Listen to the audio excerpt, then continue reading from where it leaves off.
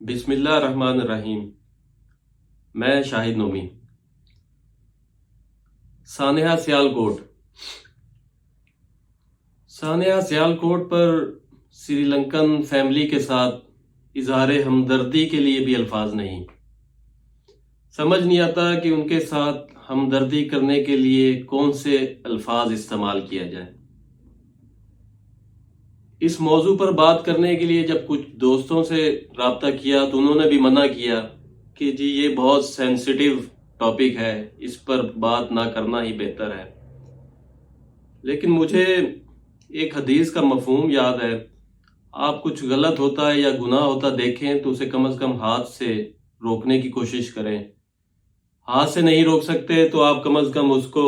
زبان سے غلط کہیں یا اس کو روکنے کی کوشش کریں۔ یہ بھی نہیں کر سکتے تو کم از کم اپنے دل میں اس کو غلط ضرور کہیں، اور یہ آپ کے کمزور ترین ایمان کی نشانی ہے۔ تو میں نے اپنا فرض سمجھا کہ میں کم از کم یہ زبان تو ہلاؤں، اس زبان سے میں یہ تو کہوں کہ یہ غلط ہے، یہ ظلم ہے، یہ ظلم کی انتہا ہے۔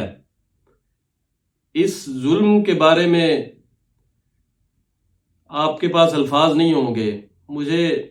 اچھی طرح معلوم ہے بہت سارے لوگ اس غم میں مبتلا ہیں کہ آپ اس سری لنکن مینیجر کی والدہ کو یا اس کے بچوں کو آپ کیسے سمجھائیں گے کہ اسلام ایک پرامن دین ہے، جبکہ ہمارے نبی پاک صلی اللہ علیہ وآلہ وسلم کے بارے میں کہا گیا وَمَا أَرْسَلْنَاكَ إِلَّا رَحْمَةً لِلْعَالَمِينَ، اے محبوب ہم نے آپ کو تمام جہانوں کے لیے رحمت بنا کر بھیجا۔ تمام جہانوں سے مراد اس میں مسلمان بھی، اس میں غیر مسلم بھی۔ اسی طرح میرے نبی پاک صلی اللہ علیہ وآلہ وسلم ایک روز مسجد نبوی میں تشریف فرما ہوتے ہیں، ایک غیر مسلم آتا ہے مسجد نبوی میں پیشاب کر دیتا ہے، صحابہ کرام موجود ہوتے ہیں، غم و غصے کا اظہار کرتے ہیں۔ میرے نبی پاک محمد مصطفیٰ صلی اللہ علیہ وآلہ وسلم ان کو منع فرماتے ہیں، اس غیر مسلم کے پاس جاتے ہیں، اس کو پیار سے سمجھاتے ہیں، پانی منگواتے ہیں، اس جگہ کو صاف کرتے ہیں اور اس غیر مسلم کو پیار سے سمجھاتے ہیں کہ یہ اللہ کا گھر ہے، عبادت کی جگہ ہے، یہاں پر ایسے نہیں کرتے۔ میں سوچتا ہوں کہ اگر آج وہ غیر مسلم ہوتا تو شاید اس کو آگ لگا دی جاتی۔ آگ تو پتہ نہیں، اس کے بعد کوئی اس سے بڑی کوئی سزا ہوتی تو یہ مسلمان، یہ نام نہاد مسلمان جو میری طرح صرف جمعے کی نماز پڑھنے جاتے ہیں اور اس طرح کے واقعے میں لبیک لبیک کے نعرے لگاتے ہوئے آ جاتے ہیں، وہ اس کو پتہ نہیں بیچ چوراہے میں کھینچتے۔ اسی طرح ہم کتابوں میں آج تک پڑھتے آئے، ایک بڑھیا نبی صلی اللہ علیہ وسلم گزرتے ہیں رستے سے، ایک بڑھیا ان پر کوڑا پھینکتی ہیں، کچھ دن بعد وہ بڑھیا بیمار ہو جاتی ہیں، میرے نبی صلی اللہ علیہ وآلہ وسلم اس کی تیمارداری کے لیے جاتے ہیں۔ اگر وہ بڑھیا اگر آج ہوتی تو شاید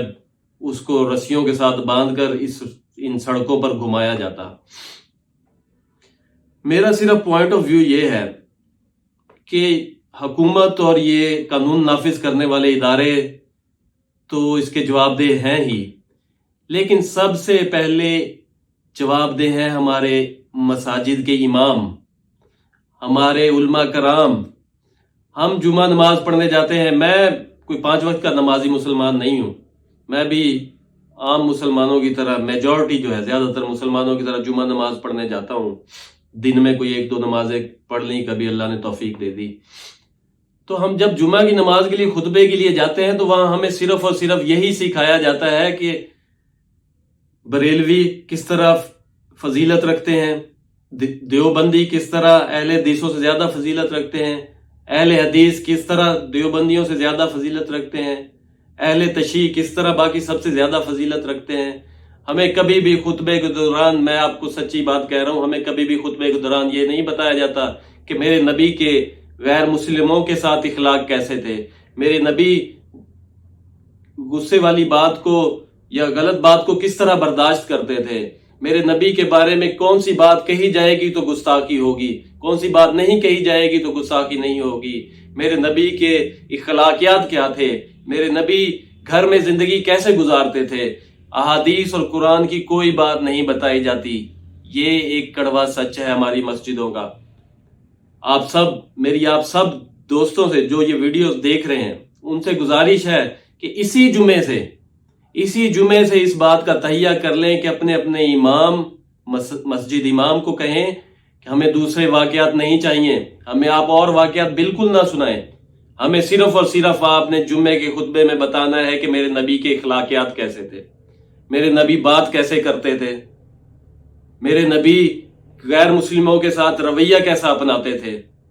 میرے نبی نے تو کبھی کسی غیر مسلم کو ایسے قتل کرنے کو نہیں کہا ہوگا۔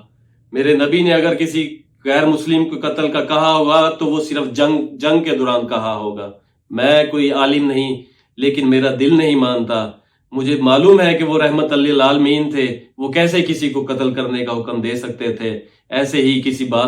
کسی جھوٹی بات پر وہ کسی کا قتل کا حکم نہیں دے سکتے تھے۔ میری آپ سب سے صرف یہی گزارش ہے، گورنمنٹ تو اس میں جواب دہ ہے ہی، میری آپ سب سے صرف یہی گزارش ہے کہ آپ اپنے مساجد کے امام کو کہیں کہ جمعے کے خطبے میں ہمیں صرف اور صرف جو ہے ہمارے نبی کے اخلاقیات بتایا کریں، تاکہ ہم لوگوں کو یہ تعلیم حاصل ہو سکے کہ ہم نے برداشت کیسے کرنا ہے، ہم نے کسی سے بات کیسے کرنی ہے، ہم نے کسی کے اوپر ظلم نہیں کرنا۔ اور میں گورنمنٹ سے بھی یہ التجا کروں گا، ہمارے وزیر اعظم صاحب سے، کہ آپ لوگ، مجھے پتہ ہے ہیومن رائٹس کے بہت سارے ایشوز ہوں گے، آپ ان کو سرے عام پھانسیاں نہیں دے سکتے، کم از کم آپ یہ تو کر لیں کہ